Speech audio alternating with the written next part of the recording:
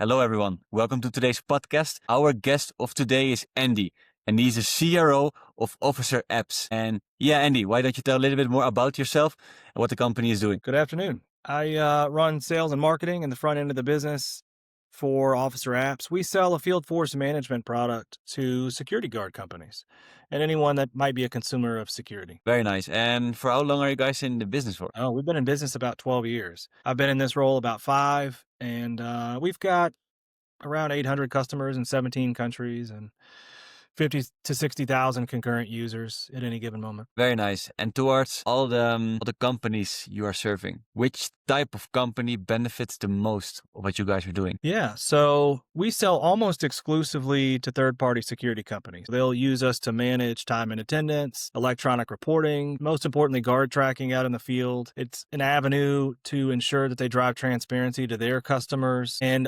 automate tasks. Return on investment is largely centered on eliminating expensive administrative tasks and ensuring that security officers are doing their job. They don't lose customers, those kinds of things. Yeah. And what's the biggest risk for the companies who are not using your service? What are some risks they can walk into? The three biggest reasons people should use us, or the three reasons that the problems that we fixed are A, security officers not just overall not doing their job. We can ensure they make patrols, do the things that you've contracted to do. Security officers leaving, guards just up and leaving their post, sleeping at night, those kinds of things. And then probably as importantly, we solve the problem of transparency. What is that security guard doing and how does your customer know what's happening when that person's out on their property? Very nice. And how are you guys like when, let's say, I'm a company, right? And I'm thinking about using like the service to optimize the workflow of the security guards. How are you guys ensuring like what you're saying right now? Is there like certain systems in place which like sees everything, or like how are you guys doing that? So the software is going to geofence the entirety of a location. It's going to GPS ping and date and timestamp everything that happens. There are some proactive alerts to tell you when that security guard leaves the geofence, proactive alerts to tell you when they don't make enough patrols. There's a proactive alert to check in on officers. I mean, 3 o'clock in the morning on a Tuesday, who's checking on them? A supervisor typically, which is expensive. As soon as that supervisor drives away, that's when they take the nap. We have a check-in feature. We have a feature to make sure they clock in and clock out, right? A lot of times security guards just don't show up. They quit. They just don't come to work, whatever it is. Our system will alert business owners and business leaders to all of those problems proactively. Yeah, very interesting. And would you say with the security guards, right? Because it's pretty easy because there's not a lot of like supervisor when they're doing their work at night. Would you say that like usually these security guards are not doing their job well, or is this a common thing like in the industry? It's pretty well known that security guards, especially in 2025, it's hard to hire quality. It's harder to hire quality security officers now than maybe it's ever been. Even since the time that I've been in this business, you're competing against grocery stores and Starbucks and things for the same labor, warehouses, all kinds of jobs where maybe you're not out at site at night.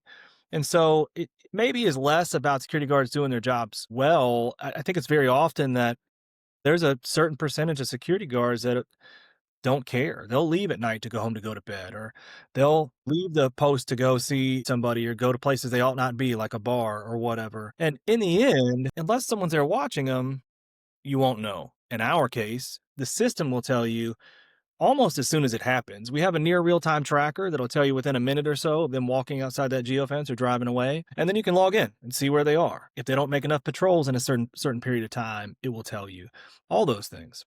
Yeah, very interesting. And like you've been part for the company a couple of years, been a while. And what are some of the challenges you faced towards like you growing the business, like being part of the sales, and how did you overcome those challenges? Yeah, I would say the way businesses buy in 2025 it seems to change by the minute, and so even since, I came about, about 5 years ago. I mean, the truth is that finding customers and getting in front of security companies and driving interest, ensuring they understand why they should use us, why they should come off of paper forms or a competitive product is complex. And so the things that we're doing today are really innovative. I would think that in our space, we might be one of the most innovative. So we've leaned heavily into AI. We have a tech stack of email, LinkedIn, SMS, AI driven outbound touches, AI driven social media marketing, as well as force replication automation tools. We use an auto dialer. We, use tools like Synthesia or whatever, some other related AI related products to facilitate getting good content out in the market. And then, of course, trying to drive relevant content, right? Relevant features, right? Staying ahead of the curve in this business has been really complicated. What we're selling today is not exactly what we were selling last year. A good example of that is I have an AI driven reporting tool. We all know security guards, generally, we're not hiring Shakespeare, right? Not hiring Rhodes Scholars. No one went to Cambridge. Typically, writing is a problem. So not only are we using AI driven automation tools, but we're using AI in our product to facilitate ensuring that the AI will reach in and fix reports. It'll take a 24-hour synopsis so it still retains the original. We're also attacking some markets that competitors have neglected, Joey, like compliance. California, for instance, has a very difficult break and lunch compliance atmosphere, if you will, environment. And our platform will help ensure that, for instance, business owners in California can stay in compliance and avoid being sued, avoid fines, those kinds of things. So, really, to summarize, we've leaned into using technology and AI to facilitate marketing, but also to improve our product and provide features that matter. And we've also gone into some other ancillary adjacent fields like compliance. Yeah, very interesting. And it looks like what you're saying right now, that you guys are really doing your best to stay on top of the market, because what was yesterday is not the same as today. And especially nowadays where things are just moving so quickly with AI, with everything which is going on. Like, for me, it seems like the way you're speaking, and also like you guys are pretty on top of the market, pretty on top of your game. And how do you stay like in a world where there's just so much noise and there's just so much stuff going on? How do you make sure you stay on top of your game and you're sure you're on top of the market and you're doing everything you can to kind of like perform like the best results? I think you have to have a three-pronged attack strategy in any software business, any technology business. One is staying close to customers. I still sell myself. I still sell regularly. I have a team, but I'll put myself in the round robin and take new inbound leads. I still make sales calls, those kinds of things, handle big deals. Those conversations regularly help you understand exactly what's happening with security businesses. I joke, Joey, that I probably have spoken to more security companies in America than anybody, even probably than our founder, because when I first came, I fired everybody, started over. I sold, a few hundred deals myself. And then over the years, we've grown so fast, I still sell half a dozen deals a month. And the reason that that's important is, what are people facing? What is the market doing? What challenges are people facing, like California compliance? Here's a great example. I went to a trade show last year. We'd heard mumblings and grumblings about these laws, and all of a sudden, it's a huge problem. So we set meetings with current customers, with prospective customers, and talk about how they would approach it. Staying close to customers, that's a great example of how that can drive product and profitability, right? I mean, the meetings coming in now for some high profile customers, I mean, large opportunities have come out of that activity. Two, I think you have to lean into technology as a force replicator. I think the problem for a lot of companies in 2025 is they haven't really come to understand what AI means to their business. And I don't think it's cliche, man. I think it's absolutely factual that especially some low level, rote, monotonous, non skill based jobs will probably be gone in the next 2 to 5 years, right? Look at what in the last 18 months, what AI has done, right? With language learning models and so on. So we don't just use AI, we use automation tools as well to help facilitate front end outreach, to get in front of people, to put our message in front of people, to help people understand why they need to use us, what the benefits are, et cetera. Leaning into technology, I think, is one of the more important parts of any business, whether you're digging ditches or you're running a security company or whatever it is. And then last but not least, I think you have to hire, incentivize, and retain good employees. I'll tell you, everyone who's had employees has kissed frogs, has hired the wrong people, has made mistakes. But nowadays, it's a global market. As I was telling you earlier, I've got people in Atlanta and Baton Rouge, but I've also got people in Honduras and Guatemala. And I think you have to find people where they're at and acknowledge, retain, and develop good talent in order to try to stay competitive and frankly to grow. And I think our market is ripe for exponential growth in the next year or two. But I think anybody, really, I think if you hold on to those three key values as an executive, if you understand who your market is, who your customers are, and stay close to them, Yeah, If you find technology to help automate and replicate force and drive down cost acquisition, et cetera, and then you hire and retain good people, there's a good chance you're going to be successful at anything you do. I love what you're saying. Have the right people and then have the right technology in place to reach those like your ideal customer profile. Then once you have your like your ideal customer profile, you have to make sure like what you're doing is actually serving them and optimizing this along the way. I mean, we could talk about for an hour where companies went wrong. I'm obviously a little older than you are, but when I was a kid, there were iconic retail brands that are gone. And you always think there had to be those meetings where someone said, "Hey, I have an idea. Let's lean into e-commerce." And those people are like, "No, we need to build more stores." And now they're bankrupt. I think our business is just the opposite. We're saying, maybe that person left. How can technology do it? And how can I empower a good employee to help manage that technology to service our customers better, which means we can provide better price points and spend more money on development and provide a better product. And I think that's where that competitive edge comes from technology in a way. It has to be all three things. You have to know where you're going to invest, you have to have people to help manage the technology, and you have to have the right technology to propel you forward.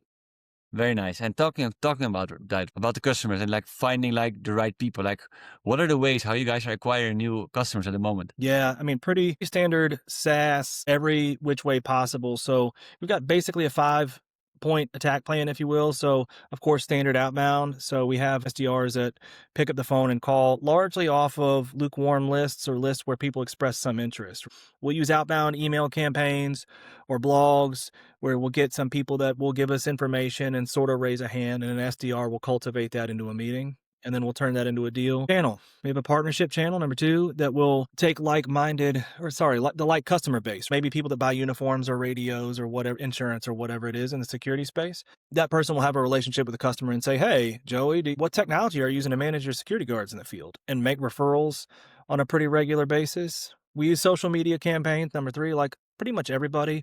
I think the interesting thing that's different about us is right now we're using AI and automation to help facilitate some of that in our own voice, but using tools to have social media marketing like everybody else. Four, of course, online advertising, pay-per-click, Google, whatever it is. And then five, all these things really kind of roll up into an organic plan. So if you have really good search engine optimization, people find you where they're at, and those are the hottest leads. In the end, I don't think any of it works without one or the other, but I think any healthy software organization in this space is going to do some of all of those things at some point. Yeah, very nice. And then looking back at all the experience and lessons you've learned towards like you growing this company, what are some, if you right now we're talking to each other in a podcast, if you could go back in time, like what would you do differently with the knowledge you're having right now once we're talking to each other? And if I could go back to day one or two or three, I would spend a whole lot more time building relationships. The security business, it's not different than some others, but I think it's more relationship driven than people realize. Sometimes a handshake and an understanding of the business is as valuable or more valuable than a high quality product, because security companies in many cases, may not use the full breadth and scope of your product, even though maybe they should. But that relationship, knowing they can call the CRO or the CEO on your cell phone. I probably got a fifth of our customer base that has my cell phone number. If I knew that 5 years ago, I would have spent more time getting in front of those people where they're at, or having my salespeople do the same. And I think for anybody, it's more fun. It's definitely more fun than coming up with marketing strategies and cold calling strategies and building a channel, getting out and meeting people and understanding their business and getting to know them as people. It's more valuable in this space. I think there are other places that's true. Telecom's a good example. I think there are other industries where I think that works, but you know, 5 years ago, I wish somebody would have told me, "Hey, spend less time doing this and more doing that." Very nice. And I think that's also part of doing business, right? Just taking action and kind of learning to fly the airplane on the go. We don't know everything beforehand. Let's say you have a magic wand, right? Harry Potter magic wand. Let's say this pen is a magic wand. With this magic wand, you could solve any problem in the business right now in just 1 second with this magic wand. What color would you choose? Staffing. Yeah, the security business, we probably talk for an hour a month as an organization, and even with partners that are close to the business and some of our bigger customers and big organizations that aren't our customers. And I think if you asked 100 security companies, and frankly, really anybody that hired entry-level employees, But really, security business for sure, it's hard to staff, Joey, and it causes all kinds of financial problems. The cost of acquiring employees, the cost of overtime because you can't acquire employees, lost customers, the inability to staff appropriately, all those things in a low margin business. Security runs 10 to 15 points GP. It's really tough. And I think the hard part is staffing software and businesses in this day and age spend less time and energy trying to figure out how to help people acquire entry level employees. And so while some security jobs like executive protection or armed work, those kinds of things can pay okay, a lot of times you're finding somebody that is balancing being a barista or pushing carts at a grocery store or working in a warehouse. And that might have been their last job, and acquiring those people is difficult and keeping them is difficult. If we could figure out how to get in front of those people, help our customers get in front of those people faster, cheaper, and I don't know, improve quality, which is, air quotes, I think we would revolutionize the industry. Yeah, very nice. Talking about on this, let's say some of the goals you guys are having for the next, let's say 6 to 12 months from now. What are some of the things you guys are heading towards? Right. Yeah. So three things again. We work in threes a lot. One is building by far the most innovative and high quality product that we can get into. Obviously, we are investing heavily in features. We just released that, or about to release. Actually, it hasn't come out into production yet. That California compliance product. We just released our AI and reporting product. We're releasing a pretty high quality algorithm driven scheduling product, and we're going to continue to iterate. So there are things within our roadmap that we're doubling down and spending all our money on innovation, whereas maybe some of our competitors aren't. One is building the best product out there where no one questions, hey, are we better than this? Are they better than that? And so on. Innovation. Two, and probably most importantly as it relates to growing the business, obviously, is getting in front of some of America's and the world's really largest security organizations and helping to articulate our value proposition in a way that they listen. Differentiation is tough in software in general. Getting in front of the right people is tough. But in security, when oftentimes it's an afterthought and not thought of as a ROI driven tool, sometimes it takes time, energy, and money. And we're doing some of that already, some this year, and going into 2026, there are plans to try to land some of the top 4 and 5, and we're in the works with a couple of them already. So innovation, getting in front of more customers and selling more deals, and 3, developing our staff. Right, I think every company that grows, as fast as we have, and we've grown 300%, in the last few years.